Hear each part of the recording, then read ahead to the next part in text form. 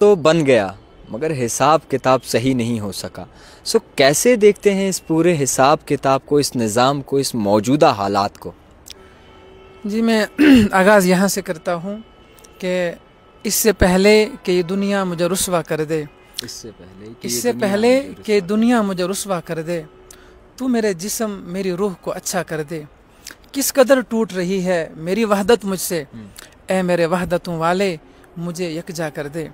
یہ جو حالت ہے میری میں نے بنائی ہے، مگر پھر اس کو آپ جس انداز میں لینا چاہیں. یہ جو حالت ہے میری میں نے بنائی ہے، مگر جیسا تو چاہتا ہے اب مجھے ویسا کر دے. اور مجھ کو وہ علم سکھا جس سے اجالے پھیلیں، مجھ کو وہ اسم پڑھا جو مجھے زندہ کر دے. اور ضائع ہونے سے بچا لے اے میرے محبوب مجھے، ضائع ہونے سے بچا لے اے میرے محبوب مجھے. یہ نہ ہو یہ وقت مجھے کھیل تماشا کر دے. میں مسافر ہوں 100 رستے راس آتے ہیں مجھے، میری منزل کو میرے واسطے رستہ کر دے. میری آواز ہمیشہ حق سے سچ سے لبریز رہے، بس میں کونین میں جاری میرا نغمہ کر دے.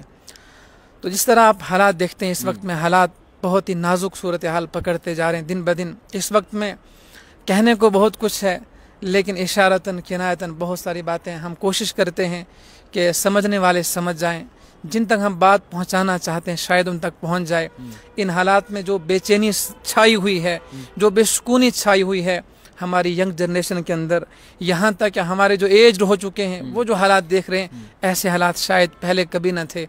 ان پہ اتنا ہی کہوں گا کہ اس وقت میں ہمت کرنی ہے. اگر ہمت کرے پھر کیا نہیں انسان کے بس میں، اگر ہمت کرے تو پھر کیا نہیں انسان کے بس میں. یہ ہے کم ہمتی جو بے بسی معلوم ہوتی ہے.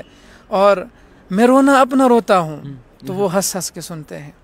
میں رونا اپنا روتا ہوں تو وہ ہنس ہنس کے سنتے ہیں. انہیں دل کی لگی ایک دل لگی معلوم ہوتی ہے. ہمیشہ دل لگی ہی نہیں ہوتی بلکہ کبھی دل کی بھی لگی ہوتی ہے. اور جو دل کی لگی ہوتی ہے وہ سب سے خطرناک ہوتی ہے.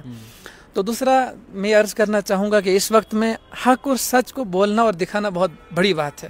خاص طور پہ جو جرنلسٹ اس ٹائم پہ کھڑے ہوتے ہیں، جس طرح ہم ہمیشہ آپ کو دیکھتے ہیں اور باقی چینلز ہیں، آپ کو جب حق اور سچ کے ساتھ کھڑا ہونا ہے تو اس کے لیے آپ کو قربانی بھی دینی پڑتی ہے. بہت بڑی قربانی آپ کو دینی پڑتی ہے. اور ہم دیکھتے ہیں آئے وقت میں بہت سارے ایسے جرنلسٹ ہیں، کچھوں کو اپنی نوکری سے ہاتھ دھونا پڑتا ہے، کچھوں کو چینل نکال دیتے ہیں، اور کچھوں کو پھر مالی اعتبار سے نقصان اٹھانا پڑتا ہے.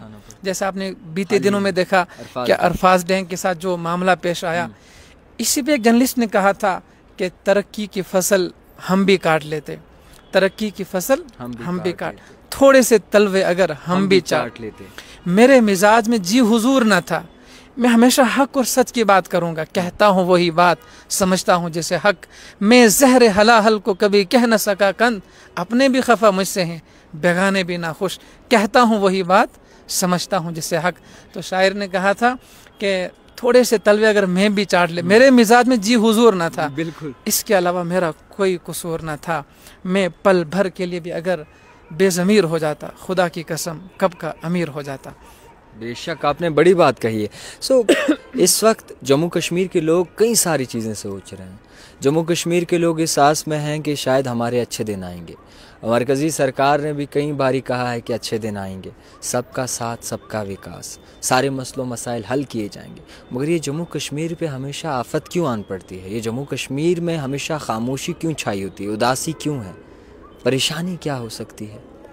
دیکھیے اس پہ سر بات کرنے کے لیے بہت طویل وقت چاہیے، لیکن چونکہ اتنا وقت بھی نہیں ہے، میں اس پہ بھی اتنا ہی عرض کروں گا کہ آپ کو نا امید نہیں ہونا ہے، ہمت رکھنی ہے اور ہمت کے ساتھ آگے بڑھنا ہے. وہ کسی نے کہا جب رات زیادہ اندھیری ہوتی ہے صبح نزدیک ہوتی ہے، جب ظلم کے بادل ہوں، جب چاروں طرف بے چینی ہو، بے سکونی ہو، اس وقت میں آپ کو ہمت کرنی ہے. اور شاعر نے کہا تھا کہ میں ہر اس لکھنے والے کے لیے کہتا ہوں کہ میرے ہاتھ میں قلم ہے، میرے ذہن میں اجالا، مجھے کیا مٹا سکے گا تو ظلمتوں کا پالا. مجھے فکر ہے اپنے عالم، تجھے اپنی ذات کا غم، میں طلوع ہو رہا ہوں تو غروب ہونے والا. میں اتنا کہنا چاہوں گا کہ آپ کو ہمت نہیں ہارنی ہے, ہمت رکھنی ہے. انشاءاللہ یہ بادل چھٹیں گے, یہ اندھیری رات ختم ہوگی, ایک صبح آئے گی, لیکن وہ صبح ایک طویل لمبی رات بھی ہو سکتی ہے. بس صبر اور پیشنس. کتنا انتظار اور کتنا انتظار جموں کشمیر کی عوام کرے اس صبح کے لیے. کیا لگتا ہے کس طریقے سے نظام چل رہا ہے, وقت بہت تیز ہے, سب دوڑ رہے ہیں, سب اپنے لیے کئی ساری چیزیں سوچ رہے ہیں, مگر اس میں کہیں نہ کہیں کچھ ایسے لوگ بھی ہیں جو زندگی سے دل جن کا بھر گیا ہے. دیکھیے سر, یہاں پر میں ایک بات عرض کروں گا کہ ہر کامیاب انسان جو ہے وہ ایک راستے ہیں جن سے اس کو گزرنا پڑتا ہے. آپ قرآن سے اس کو ریلیٹ کریں یا پھر حدیث سے کریں یا پھر کسی بھی طریقے سے, قرآن میں اللہ تعالیٰ کہتے ہیں کہ میں انسان کو اس کی منزل تک پہنچا دیتا ہوں جب وہ 2 رستوں سے گزرتا ہے, جب وہ 2 کام کر لیتا ہے. پھر میں نے کہا جیسے ایک جرنلسٹ ہو, چاہے پھر ایک اسٹوڈنٹ ہو, چاہے بزنس مین ہو, چاہے ملازم ہو, چاہے کوئی سیاستدان ہی کیوں نہ ہو, اس کو 2 کام کرنے پڑتے ہیں. پہلا کام ہے اس کو صبر ہونا چاہیے, پیشنس ہونا چاہیے. جب آپ کے پاس صبر ہوگا, صبر یہ ہونا چاہیے کہ دنیا گرا رہی میں نہیں گروں گا. صبر ہونا چاہیے لوگوں کے تانوں پر. وہ حضرت ایوب علیہ السلام کا صبر, حضرت یوسف علیہ السلام کا صبر. اور میں بات کرتا ہوں دنیا کی ہسٹری میں نیلسن منڈیلا. نیلسن منڈیلا کا نام آپ نے سنا ہوگا کہ ایک عجیب شخصیت گزری ہیں, لیکن نیلسن منڈیلا کو 27 سال کی سزا ہو جاتی ہے, جیل کی سزا ہو جاتی ہے. اور میں پڑھ رہا تھا کہ اس کو یہ سزا دی گئی تھی, ایک جیل کی سزا ہے, دوسرا یہ تھا کہ اس سے یہ بات نہیں کر سکتا اور کوئی ٹچ بھی نہیں کر سکتا اس کو. آپ دیکھیے سائنس کہتی ہے کہ انسان 24 گھنٹے یا 48 گھنٹے خاموش رہے گا, اس کے بعد خود سے بات کرنا شروع کر دے لیکن خاموش نہیں رہ سکتا. لیکن جب انسان صبر کرنے پہ آتا ہے وہ صبر کر جاتا ہے. نیلسن منڈیلا ایک دفعہ بیٹھا ہوا تھا, جیلر نے کہا میں دعا کرتا ہوں تجھے سزائے موت ہو جائے, اس لیے کہ جو سزا تجھے دی گئی تو اس کو برداشت نہیں کر سکتا. پھر ایک دن مذاق میں کہا اگر تو یہاں سے باہر نکل گیا کیا سوچا ہے, کیا کرو گے؟ کہا میں ملک کا پریزیڈنٹ بنوں گا. تو یہ ہنسا. یہ سن کر جیلر نے کہا بھائی 27 سال کی سزا ہے, پہلے زندہ یہاں سے باہر نکل کے دکھاؤ, پھر آپ یہ خواب دیکھنا. پھر آپ نے دیکھا کہ 27 سال کے باہر بھی نکلا اور ملک کا پریزیڈنٹ بھی بنا. آپ کے پاس پیشنس بھی ہونا چاہیے. ایک اسٹوڈنٹ ہو, ایک جس نے, میں کہتا ہوں ہمارے اتنے پڑھے لکھے بیچارے PhD کر کے ایجڈ ہو چکی ہیں, لیکن اب بھی تھوڑی سی کرن کہیں نہ کہیں ہمیں نظر آتی ہے, کہیں نہ کہیں سے امید کی کرن نظر آتی ہے کہ اللہ تعالیٰ آپ کی محنت کو ضائع نہیں کرے گا. صبر رکھیں.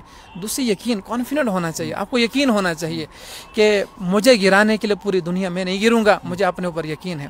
اور صاحب اللہ کی ذات پہ بھی یقین ہونا چاہیے. وہ شاعر نے کہا تھا جو یقین کی راہ پہ چل پڑا اسے منزلوں نے پناہ دی, جنہیں وسوسوں نے ڈرا دیا وہ قدم قدم پر بہک گئے. کنفیوژن انسان کی زندگی میں آتی ہے, کبھی اپنوں کی طرف سے آتی ہے, کبھی غیروں کی طرف سے آتی ہے, لیکن ان حالات میں یہ 2 کام آپ کر لیں. ایک تو صبر ہو آپ کے پاس, پیشنس ہو, اور یقین ہو, کانفیڈنٹ ہو آپ کے پاس, اور بالکل ہائی لیول کا کانفیڈنٹ ہونا چاہیے کہ میں آگے نکلوں گا اور میں نکل کے دکھاؤں گا. انشاءاللہ تعالیٰ آپ ضرور آگے نکلیں گے. سیاست جس طریقے سے چل رہی ہے, سیاست کو لے کر کیا سنائیں گے آپ تمام لوگوں کو؟ دیکھیے سر, اس پہ بات کرنے کے لیے بہت کچھ تھا, وقت نہیں ہے. وہ شاعر نے کہا تھا سیاست ٹھیک ہے لیکن اداکاری نہ کی جائے. سیاست ٹھیک ہے لیکن اداکاری نہ کی جائے کہ خود اپنے ہی لوگوں سے تو مکاری نہ کی جائے. واہ جی کیا بات. محبت کے پجاری ہیں بہت سادہ بہت مخلص, محبت کے پجاری ہیں بہت سادہ بہت مخلص. جن لوگوں نے ووٹ دیا بہت سادگی کے ساتھ, اخلاص کے ساتھ, محبت کے ساتھ, محبت کے پجاری ہیں بہت سادہ بہت مخلص. ہماری جان بھی حاضر ہے جو عیاری نہ کی جائے. تضاد و اختلاف باہمی عین جبلت ہے, شعور حق پرستی ہے کہ غداری نہ کی جائے. بجا تبلیغ کا حق ہے, بجا مذہب کی آزادی, لیکن یہ بھی ضروری ہے کہ دل آزاری نہ کی جائے. واہ جی کیا بات ہے جی, کیا بات ہے. میں دیوانہ ہو گیا آپ کی باتوں کا. اچھا, کیا لگتا ہے کہ اس وقت میں جس طریقے سے یہ عالم آ چکا ہے کہ لوگ اس وقت اپنا پیٹ پالنے کو کہیں نہ کہیں رو رہے ہیں, مشکلات ہیں, مہنگائی بہت زیادہ ہے, سو اس وقت کو لے کر کچھ کہیں گے؟ دیکھیے صبر تو آپ نے بالکل کہا, اور کیا کہہ سکتے ہیں؟ دیکھیے بہت دکھ ہوتا ہے جب ہم حالات دیکھتے ہیں اس وقت پہ, مہنگائی جس سطح پہ پہنچ چکی ہے, اور جب غریب کے گھر میں ہم دیکھتے ہیں کہ جلانے کی لکڑی نہیں ہوتی ہے, لکڑی ہے تو بنانے کے لیے کچھ بھی نہیں, مہنگائی اس سطح پر ہے, دہاڑی نہیں ملتی ہے. اور دوسری بات ہم دیکھتے ہیں کہ جب سے ہمارے ہاں UT بنی ہے اب تو بیچارے جو لوکل مزدور کو کام تک نہیں ملتا ہے, کیونکہ سب چیزیں